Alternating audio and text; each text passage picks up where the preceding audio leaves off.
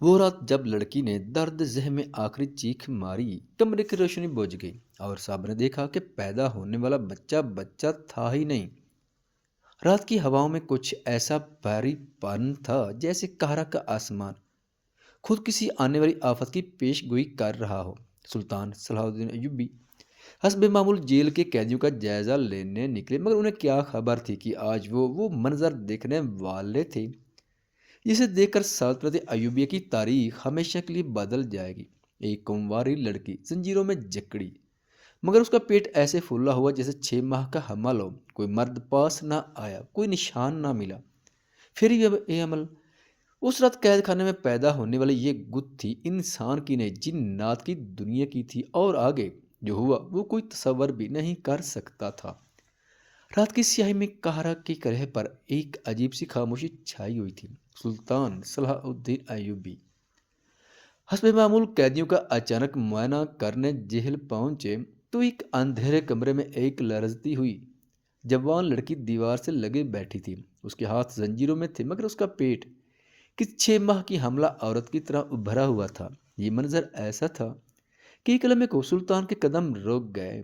سلطان نے حیران ہو کر پوچھا، اس لڑکی پر کس جرم کی سزا چل رہی ہے؟ جلاد نے لرزتی آواز میں کہا، مولا سلطان، یہ تو کنواری ہے، مگر کچھ ماہ پہلے اس کی کمر میں سوجن سی آئی تھی، پھر پیٹ بڑھتا گیا، مگر اس نے کہا کہ اسے کسی نے چھوا تک نہیں۔ سلطان کی آنکھوں میں غصہ بھڑک اٹھا۔ فوراً ایک دائی کو بلایا گیا۔ جب اس نے لڑکی کا معائنہ کیا تو اس کا چہرہ فکر مندی سے سفید ہو گیا۔ سلطان معظم، یہ واقعی 6 ماہ کے حمل میں ہے، مگر اس کے جسم پر کسی مرد کے لمس کا ایک نشان بھی نہیں۔ سلطان نے گہری سانس لی، تلوار کی مٹھی مضبوطی سے پکڑی اور گرجدار آواز میں حکم دیا، لڑکی کو فوراً محل پہنچایا جائے۔ پھر اس نے نگاہ اٹھائی اور سپاہیوں کو چیخ کر حکم دیا، تمام قیدیوں کو قطار میں کھڑا کرو، ایک ایک کو میرے سامنے لایا جائے۔ چند لمحوں بعد قید خانے کے صحن میں لمبی قطار لگ چکی تھی۔ سلطان ہر قیدی کی آنکھوں میں جھانک کر دیکھتے، سوالات کرتے، ان کے ہاتھ، ناخن، کپڑے، سب کچھ چیک کیے جاتے، مگر کوئی نشان، کوئی اشارہ، کوئی حقیقت سامنے نہ آئی۔ جب آخری قیدی بھی سامنے آ کر بری ہو گیا تو اچانک دائی محل کی طرف سے دوڑتی ہوئی آئی۔ اس کے ہاتھ کانپ رہے تھے۔ سلطان، جو بچہ ہے وہ انسانی نہیں۔ سلطان کی نگاہ تلوار کی طرح تیز ہو گئی۔ صاف صاف بتاؤ، کیا دیکھا؟ دائی ہانپتی ہوئی بولی، بچہ کا دل عام دل جیسا نہیں دھڑک رہا، اس کی دھڑکن ایسے ہے جیسے دو دل اکٹھے چل رہے ہوں، اور اس کے پیٹ میں کچھ حرکت کر رہا ہے جیسے کوئی اور چیز بھی ہو۔ سلطان تیز سے محل کی طرف دوڑے۔ وہاں پہنچے تو وہ لڑکی درد ذہ میں چیخ رہی تھی۔ دائی اور حکیم تیز روشنی میں اس کے پیٹ پر ہاتھ رکھے کچھ سننے کی کوشش کرتے ہوئے خوف زدہ نظر آ رہے تھے۔ اچانک لڑکی کی چیخ فضا میں گونجتی ہوئی رک گئی۔ کمرے میں خاموشی چھا گئی۔ پھر دائی کی کپ کو پتی ہوئی آواز ابھری، سلطان، یہ حمل جنتی اثر کا ہے۔ سلطان خاموش کھڑے تھے، صرف ان کی آنکھیں جل رہی تھی۔ یہ حمل کب ٹھہرا؟ دائی نے جواب دیا، 6 ماہ قبل، جس رات جیل کے اسی حصے میں ایک قیدی جنون میں چلاتا ہوا مرا تھا، اور پورے قید خانے نے عجیب سرگوشیاں سنی تھی۔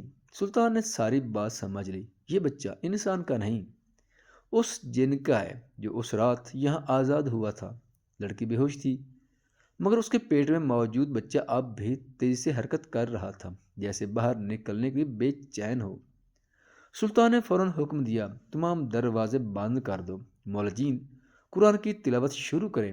مجھے شک ہے یہ پیدائش نہیں، ایک حملہ ہونے والا ہے۔ اور اگلے ہی لمحے کمرے کی روشنیاں جھپکنے لگیں، ایک عجیب سایہ دیواروں پر رینگنے لگا، اور لڑکی کے پیٹ سے ایسی چیخ نکلی جو انسانی نہیں لگتی تھی۔ سلطان کے حکم پر محل کے دروازے بند ہوتے ہی فضا میں ہلکی سی کپ کپی پھیل گئی۔ مشعلیں لرزنے لگیں جیسے کسی نے ان پر پھونک ماری ہو۔ لڑکی درد سے تڑپ رہی تھی، مگر اس کی چیخیں انسانی نہیں لگتی تھیں، اونچی نوکیلی، ایسی کہ پورے محل کے ستون جیسے لرز اٹھے ہوں۔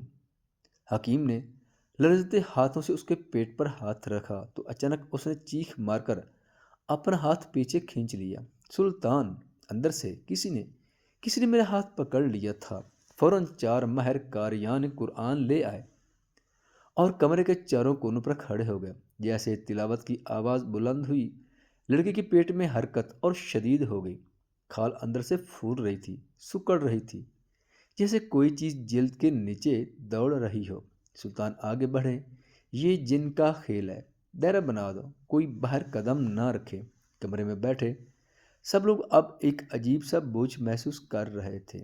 دیواروں پر پڑتی روشنی کبھی لمبی ہوتی، کبھی چھوٹی، جیسے سائے اپنی مرضی سے حرکت کر رہے ہوں۔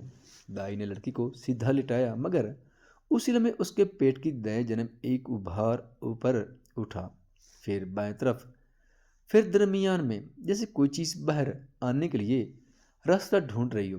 اچانک لڑکی نے اپنی آنکھیں کھولیں، مگر وہ آنکھیں وہ والی نہیں تھیں، نہ انسان جیسی، نہ عورت جیسی۔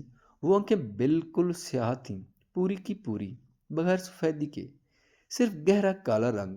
سلطان نے فوراً تلاوت کی آواز بلند کرائی۔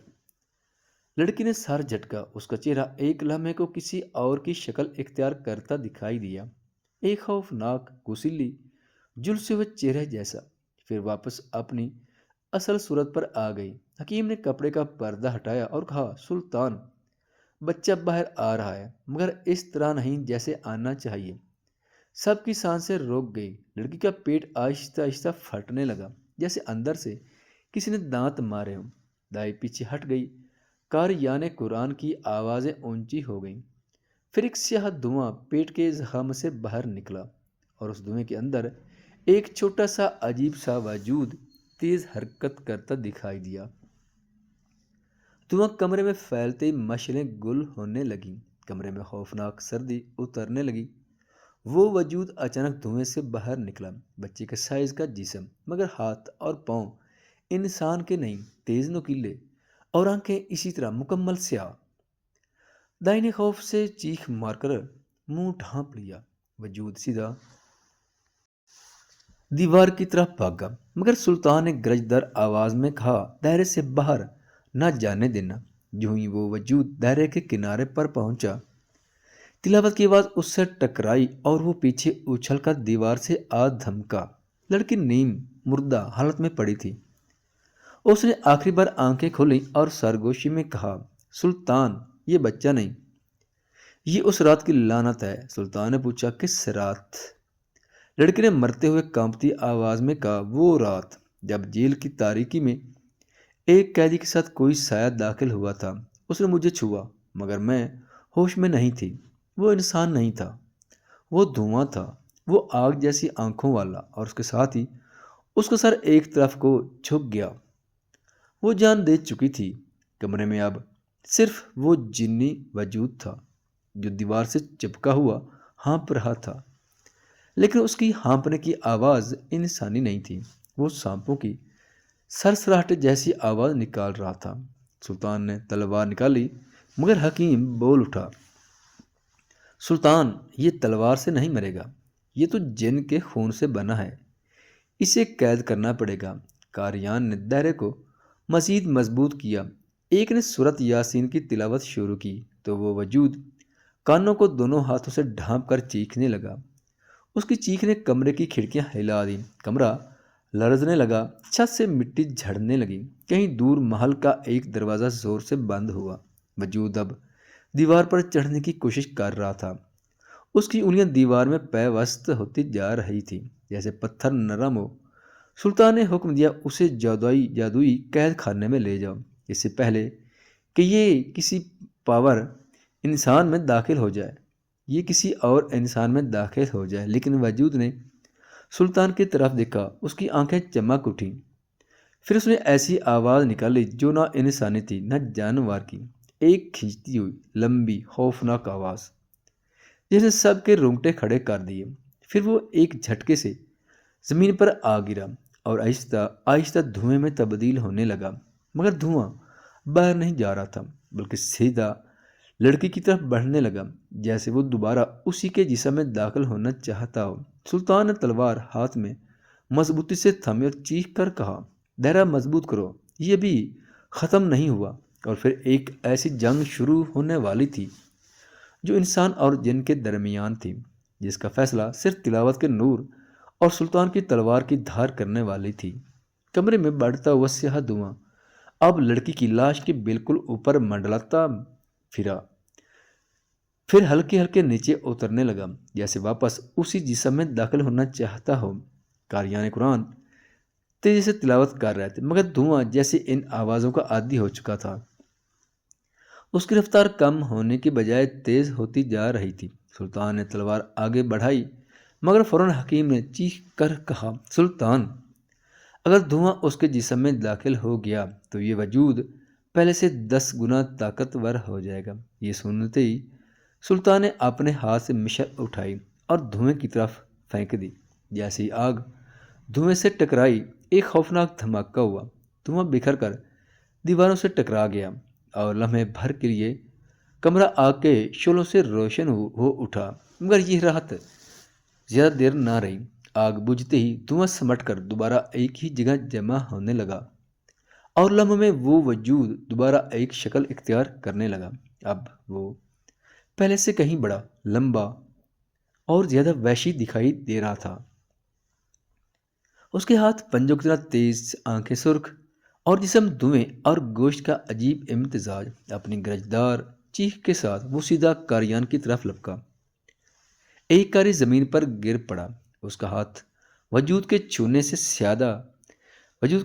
سیاہ پڑ کر پتھر کی طرح سخت ہو گیا۔ سلطان آگے بڑھا اور پوری قوت سے تلوار اس کے سینے پر ماری، لیکن دھواں بکھر کر تلوار کے آر پار ہو گیا اور ایک لمحے میں وہ دوبارہ جمع ہو کر کھڑا ہو گیا۔ سلطان پیچھے ہٹتے ہوئے بولے، یہ دیوہکل شکل، یہ جیل کے اس قیدی کی باقیات بھی اپنے ساتھ لیے پھر رہا ہے۔ یہ آدھا انسان آدھا جن بن چکا ہے۔ وجود نے ایسی چیخ ماری کہ محل کی چھتوں پر بیٹھے پرندے خوف سے اڑ گئے۔ پھر وہ ہوا میں اچھلا اور سیدھا چھت توڑ کر اوپر نکلنے کی کوشش کرنے لگا۔ اگر وہ باہر نکل جاتا تو پورا شہر اس کا شکار بن سکتا تھا۔ اسی لمحے حکیم نے کپڑوں کے نیچے سے ایک چھوٹا سا صندوق نکالا اور سلطان کی طرف بڑھا دیا۔ یہی چیز اسے قید کر سکتی ہے۔ سلطان نے صندوق کھولا تو اندر ایک چھوٹا سا پیتل کا نحل نما تعویذ تھا، جس پر قدیم ایوبی نقوش کنندہ تھے۔ حکیم نے ہانپتے ہوئے کہا، یہ وہی تعویذ ہے جو قید خانہ بنانے والے صوفی بزرگ نے دیا تھا، تب کہا تھا جو انسان نہ ہو اور نہ جن، اسے یہی قید کر سکتا ہے، اور آج وہی دن ہے۔ سلطان نے تعویذ کو مضبوطی سے پکڑ لیا۔ جو ہی وہ وجود چھت تک پہنچا، سلطان نے بلند آواز میں تکبیر بلند کی اور تیزی سے اوپر اچھلے۔ وجود نے پہلی بار خوف کی جھلک دکھائی۔ وہ پیچھے ہٹنے لگا، مگر دیر ہو چکی تھی۔ سلطان نے پوری قوت سے تعویذ اس کے سینے کے درمیان دے مارا۔ ایک کان پھاڑ دینے والی چیخ گونجی، وجود کی جلد جیسے پگھلنے لگی، دھواں الجھ کر بکھرنے لگا۔ قاریان قرآن تلاوت مزید بلند کر چکے تھے اور تلاوت کا نور اس وجود کو آہستہ آہستہ جکڑتا جا رہا تھا۔ وجود اب زمین پر تڑپ رہا تھا، اس کے جسم سے دھواں نکل کر فرش میں جذب ہو رہا تھا۔ اس کے ہاتھ اور چہرہ ٹکڑوں میں بکھرنے لگا۔ وہ سلطان کی طرف لپکنے کی کوشش کرتا، مگر ہر بار تعویذ کا نور اسے پیچھے دھکیل دیتا۔ آخرکار ایک آخری چیخ کے ساتھ وہ وجود مکمل طور پر دھوئیں میں بدل کر تعویذ کے اندر کھینچنے لگا۔ صندوق خود بخود کھل گیا اور دھواں ایک لمبی گھومتی ہوئی کالے بھنور کی شکل میں تعویذ کے اندر قید ہو گیا۔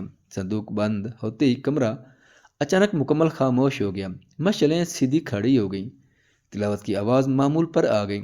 فضا میں عجیب سا سکون اترنے لگا، وہی سکون جو کسی بہت بڑے طوفان کے گزر جانے کے بعد آتا ہے۔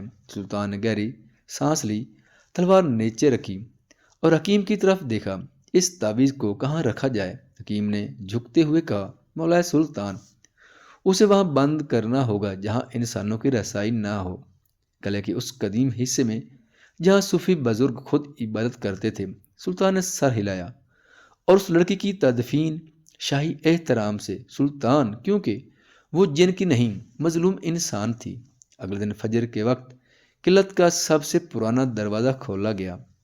سلطان اور چند معتبر لوگ اس صندوق کو لے کر اس مخفی تہہ خانے میں گئے جہاں آج تک سورج کی روشنی کبھی نہیں پہنچی۔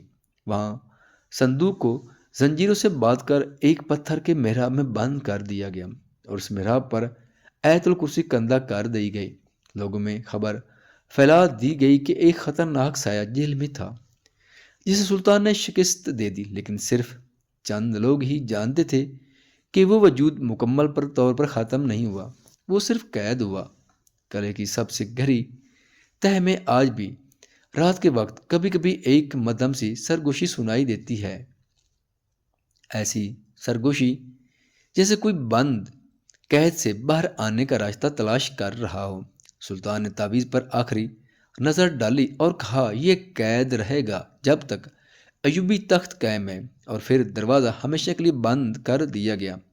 یہ واقعہ صرف ایک جن کے حمل کا نہیں تھا، یہ قدرت کی طرف سے ایک تنبیہ تھی کہ ظلم و تاریکی جہاں بھی جمع ہو جائے وہاں جنات اپنا بسیرا بنا لیتے ہیں۔ سلطان صلاح الدین نے اس وجود کو قید تو کر دیا، مگر اس کی سرگوشیاں آج بھی قلعے کی تاریک تہہ خانوں میں گونجتی ہیں۔ لوگ کہتے ہیں کبھی کبھی رات کے آخری پہر بند دروازوں کے پیچھے سے کسی بچے کے رونے جیسی آواز آتی ہے۔